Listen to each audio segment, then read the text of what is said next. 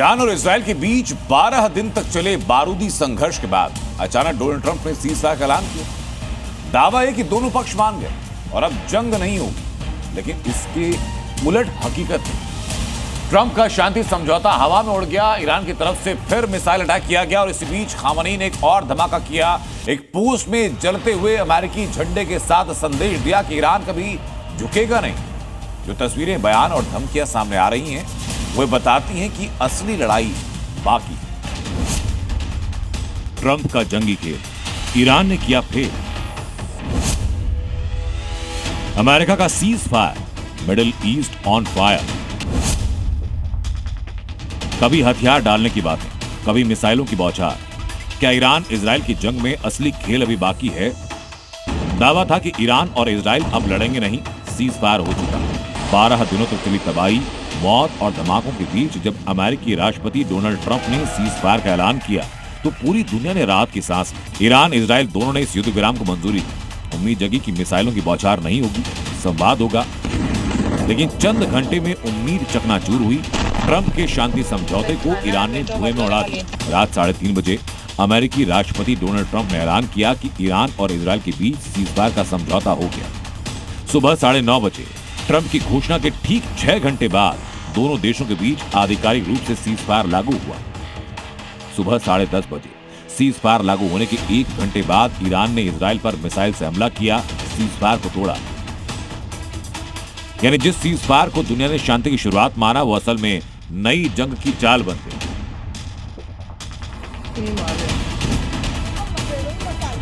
Israel ने दावा किया कि ईरान ने एक बार फिर मिसाइल अटैक किया। इजराइल के ज्यादातर शहरों में सायरन बजे, एयर स्पेस बंद किया गया। लेकिन दूसरी तरफ ईरान ने इस दावे को खारिज किया और कहा कि उनकी तरफ से कोई मिसाइल अटैक नहीं किया गया और अब इसी पर दोनों देशों के बीच तनातनी बढ़ चुकी है।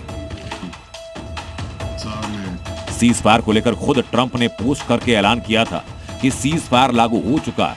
इसके साथ ही ट्रंप ने ईरान और इजराइल को प्लीज कहते हुए सीज फायर का उल्लंघन ना करने का आग्रह किया। डोनाल्ड ट्रंप ने दुनिया को शांति का सपना दिखाया, लेकिन ईरान ने एक बार फिर मिसाइलें बरसाकर दुनिया को बताया कि उसे सीज फायर की परवाह नहीं। सीज फायर के बाद ईरान की तरफ से की गई इस कोशिश के बदले में इजराइल ने कड़े बयान दिए। इजराइल के वित्त मंत्री ने कहा कि तेहरान अब हिल जाएगा। रक्षा मंत्री ने कहा कि उन्होंने हमलों का जोरदार जवाब देने का ऑर्डर दिया। इजराइल के सेना प्रमुख ने चेतावनी दी कि सीज फायर के उल्लंघन का बदला लिया जाएगा। इजराइल की तरफ से जारी बयान में कहा गया कि उनका ऑपरेशन अपना टारगेट हासिल कर चुका है और ईरान का परमाणु खतरा खत्म हो चुका है। ईरान ऐसा नहीं मानता। ईरान इस सीज फायर को इजराइल की हार बता रहा है। ईरान का कहना यह कि उसके एक्शन की वजह से इजराइल को सीज फायर के लिए मानना पड़ा। इस युद्ध विराम के ठीक पहले अमेरिका का कतर में मौजूद एयरबेस निशाने पर था। इसके बाद वर्ल्ड वॉर का खतरा मंडराया। कुछ घंटे बाद डोनाल्ड ट्रंप ने सीज फायर का ऐलान किया।